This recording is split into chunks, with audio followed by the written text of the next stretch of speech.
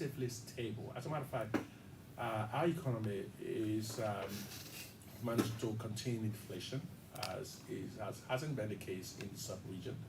We saw imagine the president's going to be talking about the state of the economy. We've managed to grow the budget. We've kept salaries stable. You know, and people may talk about trickle down effect. I don't know what to talk about. When you talk about trickle down, in other words, how does it affect ordinary families? And well, if the president provides, because when we grow the budget, we are able to garner money domestically. What that means is that we get money from our own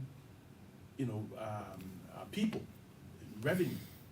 Unlike before, a couple of years back, most of the revenue, or maybe not most, but a significant portion of the revenue came from international donors.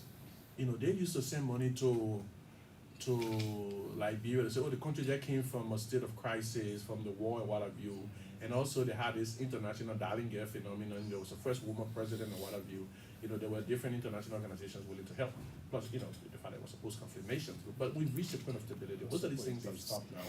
So we had to institute strategies that will mobilize revenue domestically. And fortunately, the guy, under the leadership of His Excellency, the President, the folks at the Liberal Revenue Authority, under Thomas Naidu, are doing quite a remarkable job. Most of the revenue, the last time we checked, about 85% of the revenue we collect now come from within. So very rarely we have, small percentage here and there coming from out of the country. So 85% of the revenue we collect now. So the money we use to build roads, to pay free tuition, all of those things that we expect, that the president will be talking about, those are where we collect it from. So when you talk about trickle down, when the president pays, employs free tuition strategy at the University of Liberia, for instance, that is money that will not be paid by poor families for their kids to go to school. So that's trickle down. That money that's going to live in their pockets. When we have fixed roles, that provides a medium to economic corridors, to market, farm to market, that is trickle down. When another thing, when the government build housing units, in some of these counties, that would be, or some of the times in the cities, because we saw something in the Quentin, right near the Invisible Park. These were poor families that previously could not afford, or they were living in dilapidated homes and what have you. So now they were giving brand new homes, fully furnished, just move in there without a cost. That's trickled down. When we managed to maintain inflation so that prices wouldn't go up, so that families wouldn't have to pay higher amount of money for higher prices, use higher, greater income that they get to pay for food and other things. That's trickled down. When we provide electricity services so that family can keep their products overnight, so that it doesn't expire and all of that, so that businesses can operate freely, so that they don't have the difficulty, some of the difficulties that they experienced during the last dry season. Those are things that trickle down to ordinary families. So I don't understand what people say trickle down. When they say trickle down, they not say the government will take money and go give it to families. No. Or to homes. Another thing they call, how it affect ordinary people. Some of the times, I'm not accusing everybody of this, but other people think when they say things are good, it means all of the different bars are filled. But that is still happening, by the way. But you would think,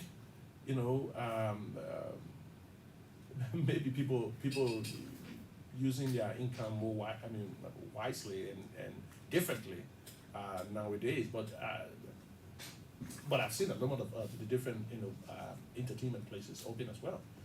So because obviously when you get your salary on time and what have you can project, say, well, I get my salary to the 25th, so the next 25th I will be getting my salary, so I can use this before the 20th, and then I expect that in 5 days time I'm going to get. So those kind of prediction the person makes, he able to spend quite judiciously. So those are the things. So when you talk about trickle down, I don't understand.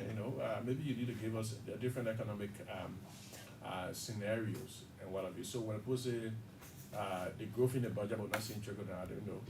So when the government builds market halls for market women so that they don't stay in the sun, so that they can sell efficiently, and while taking care of their families and whatever.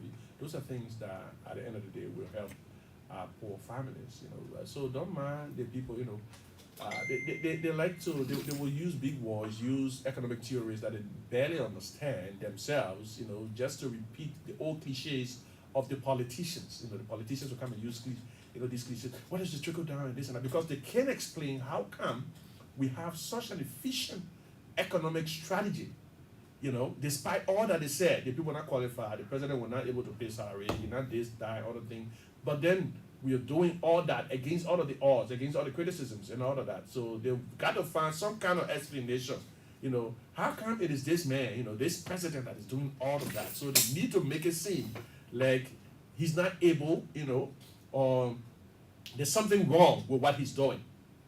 Obviously we're not saying everything, is okay, but we're doing quite a lot against the odds. And so those are some of the things, the state of the economy the president's going to be talking about, plus the different developments in the sector. We expect that the president will be talking about the state of the health. Liberia's done quite a lot as far as health is concerned. Liberia was rated as one of the very few countries that managed to efficiently, due to the president's leadership, by the way, that managed to efficiently control the COVID-19 crisis. We've almost gotten universal, vaccination. One of the just 2 or 3 African countries that done so. One of few globally to achieve more than 70% of immunization of its people. Because of the programs that we had across. So I know those are things you anticipate that the president's going to be talking about. And then agriculture, sometimes people will falsely accuse us or wrongly accuse us that we're not doing much about agriculture and whatever. Look, historically in this country, agriculture has had quite a number of support, as is with many other African countries, from international partners. Some of these support that they gave, some of the programs, like just on yesterday, by the way, the World Bank and the government of Liberia through the Ministry of Finance signed a $50 million agreement. One of them is for the Agriculture Ministry ReTrap program, I think it's the Rural Economic Transformation Project. We're supposed to build farm to market roads and all of the different stuff. So if the World Bank is providing $20 million, for instance, that's a case in point. Do you expect the government to go and double that money to say, oh, yeah, because the people say we're not increasing the budget for agriculture, so we're supposed to add more money when there's already money that's been provided by the world? And by the way, some of these things are concessional loans. In other words, we still got to pay them back. Even if we pay them back with smaller interest, but we still got to pay back these things. So when people say the budget for agriculture not much and what have you, look at the supermarkets nowadays. Look at the number of products on the shelf. Do you see the level of value addition? Do you see the number of agro businesses that are beginning to emerge? Have you seen Rudemere, for instance, the cocoa product? Have you seen, Liberians engaging in different things like palm oil, moringa, and all kinds of different products? Those things a couple of years back, say 4-5 years back, weren't as pronounced as they are now. That's because the government's providing a lot of different programs in the agriculture sector. They might not talk about it as much, but I'm telling you now, the government provides grants to farmers, thousands of farmers, provide ceilings to them, to encourage their use, provide training, provide implements through places like Harry and all of that, farming implement. The government just recently rehabilitated the only government-owned farm, since it was down for more than 35 years, and all of these things. So quite a number of things happening in the agriculture sector. It is more than the budget, my people.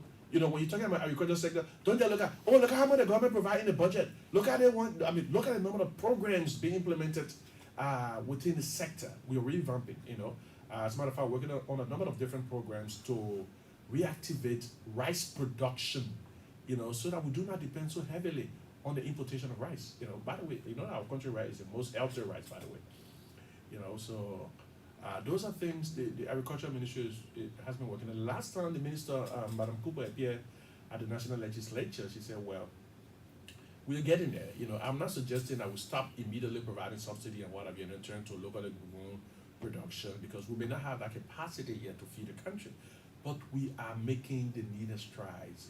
We are improving the sector to reach there, and we're going to eventually reach there.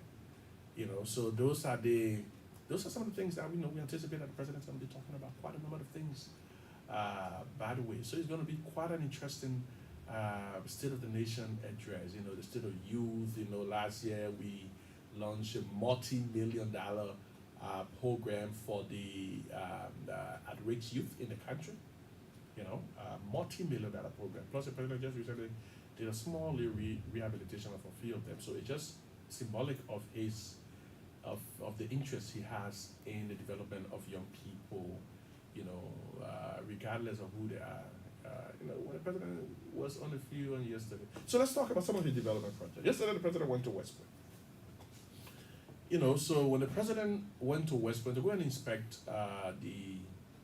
the West Point field, that was because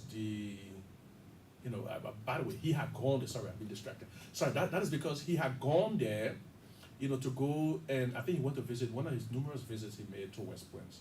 That is, the president has lived a grassroots life. He's from the grassroots.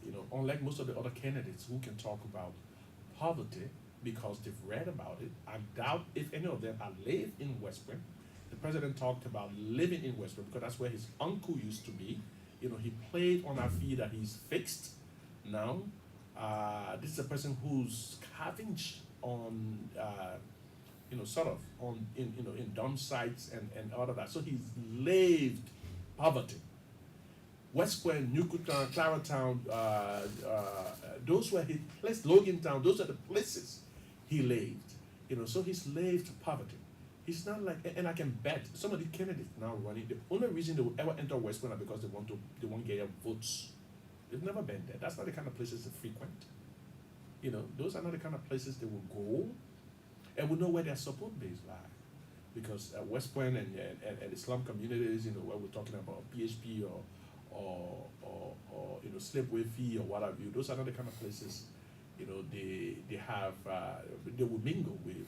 I mean, I'm not creating, but it's a stark reality that, there is sort of a class thing, somewhat, like the middle class and the poor.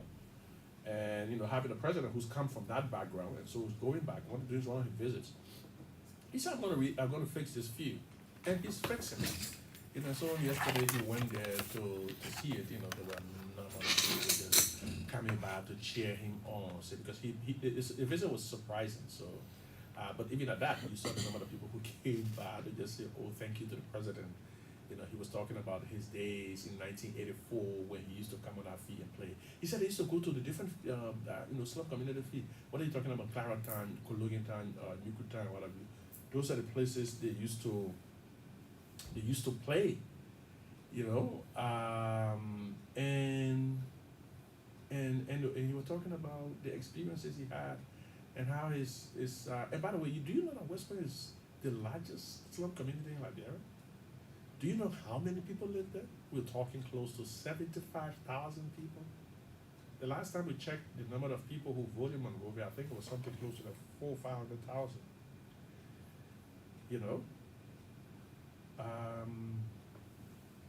Yeah, somebody sent me something.